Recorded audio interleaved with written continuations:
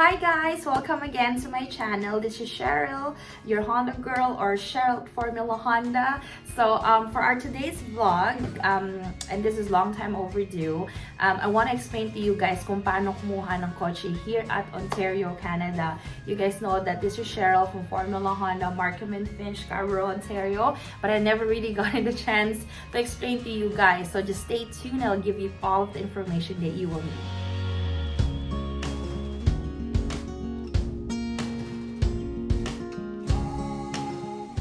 So the very first step that you need to have when you're trying to get a car in Ontario, Canada is your driver's license.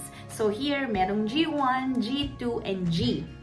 The thing is, kapag may G1 ka, pwede ka talagang kumuha ng car. Though, hindi ka pwedeng mag-drive on your own. Pwede ka din kumuha ng insurance on your own, but it's gonna be extremely high. So I would advise that if you're getting the car here in Canada, kailangan meron ka ng G2 or G, which is better.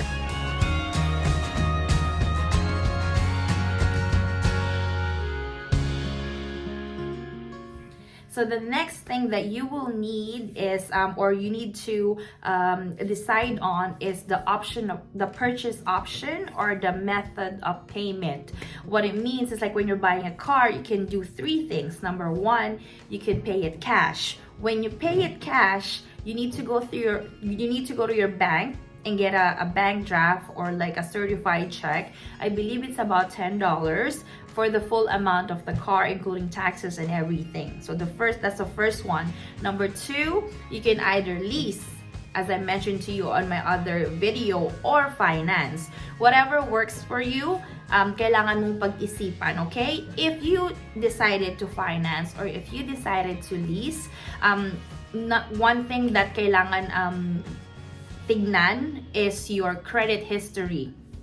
So here in Ontario, Canada, or I think maybe like in Canada, the thing is, like, kailangan may utang ka. So a lot of people think na pag wala kang utang, that's good. No. So kailangan mong magkaroon ng utang kasi kailangan nilang makita yung history mo sa pagbabayad at spending mo. So they don't want to see, and I'll tell you guys, this is maximum utilization of your credit card. Meaning, kung $1,000 yung credit card mo, sinagad mo siya ng 1,000 or sometimes sobra-sobra pa.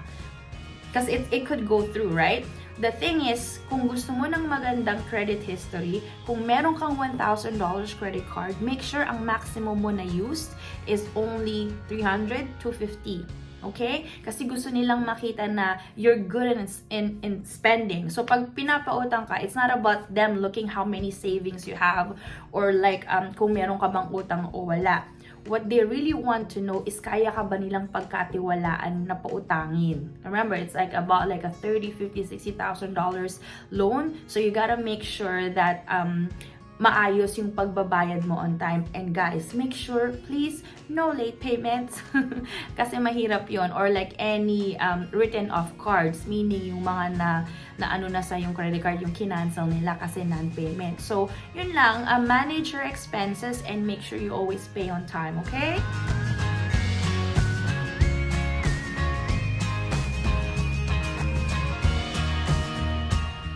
So, meron ka ng driver's license and then okay na yung credit history mo, then we're gonna go now to the process of the sale. So, meaning, nandito ka na sa dealership, I have advised you already with the things that you need.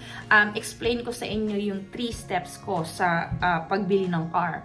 The first step is selection of the car. So I want you guys all to understand na sa pagpili ng kotse, it's gonna be your decision, not mine. It's not gonna be anyone's decision. It's gonna be you.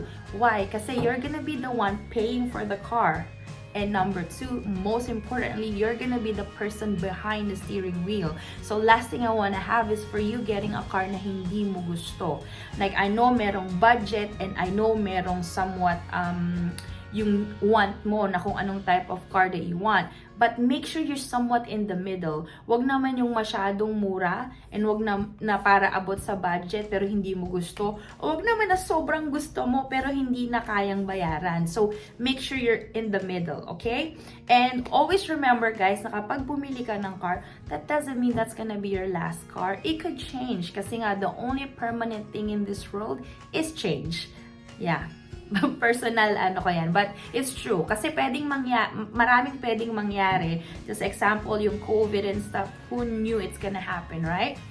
And then the next step will be the credit approval. So from the credit approval, once you're approved, I will give you the VIN, okay?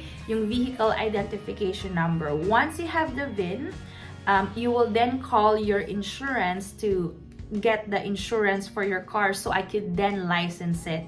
One thing that they're also gonna ask if you finance or you lease is the lien holder or the leaser or like lessor information. So yun yung kailangan nila, the VIN and then the financing company and also the pickup date.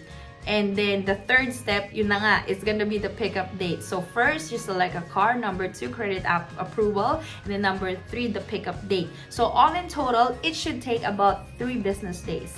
Kung na-approve kita right away at nakuha mo ang insurance right away. Okay? And then on the day of pickup, ang kailangan ko will be the void check. Kasi kung if it's a lease or finance, I gotta make sure na yung void check is under your name kasi doon nila kukunin yung yung payment for your car. So yun lang. So again, it should take about 3 business days, but it depends on case-to-case basis. As long as nakuha ko yung approval right away and as long as nakuha ko din yung insurance right away, from the getting the car ready, from the licensing, yeah, it should take about like that of a time range, okay?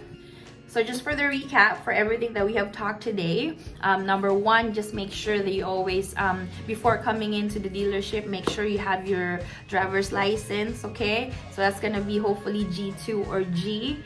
And then let's do the credit application. Always make sure that you take good care of your credit history. Try not to spend so much money sa pagbili via credit card.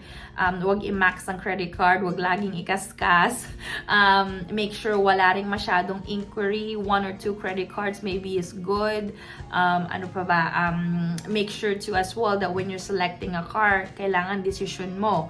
And as I mentioned to you, ang pagbili ng car, it should take, pag-deliver or pag-pick up ng car, it should take about 3 business days. As long as makakuha ko ng approval as soon as possible, makuha ko yung insurance from you as soon as possible, I should get the car ready within 3 business days, okay?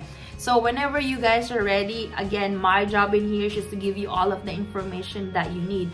I want to make sure that all of you guys trying to purchase a car from me, from us, you're on the right vehicle. Kasi at the end of the day, it's gonna be your decision. We're just here to assist you. And as much as possible, guys, try to make the car buying experience na masaya. Kasi it's not like every day you're buying a car, right? So it's a positive thing. It's something that you're doing, you're deciding for yourself. Because that's a very good sign of independency. And to be honest with you, like I've been saying this, buying a car is not even a want. It's a necessity, especially here in Canada na malamig. And you'll never know too, right? You could make money by actually having a car. You can get to your job faster. It's actually saving you time, which is the most expensive thing here, is the time. So yeah, it's just like a lot of like positive things. If you're thinking about the financial status that you're gonna be in after you purchase a car, this is gonna be the second biggest purchase in your life. So, kung makakabili ka ng car, mabibuild yung credit history mo para pag bumili ka na ng bahay, alam na ng bangko kung paano ka mag-spend. And, as well as like, try to make money off the car. Right? Have a great day, guys. Hope to see you here at Formula Honda. And I hope you guys enjoy this video. Bye!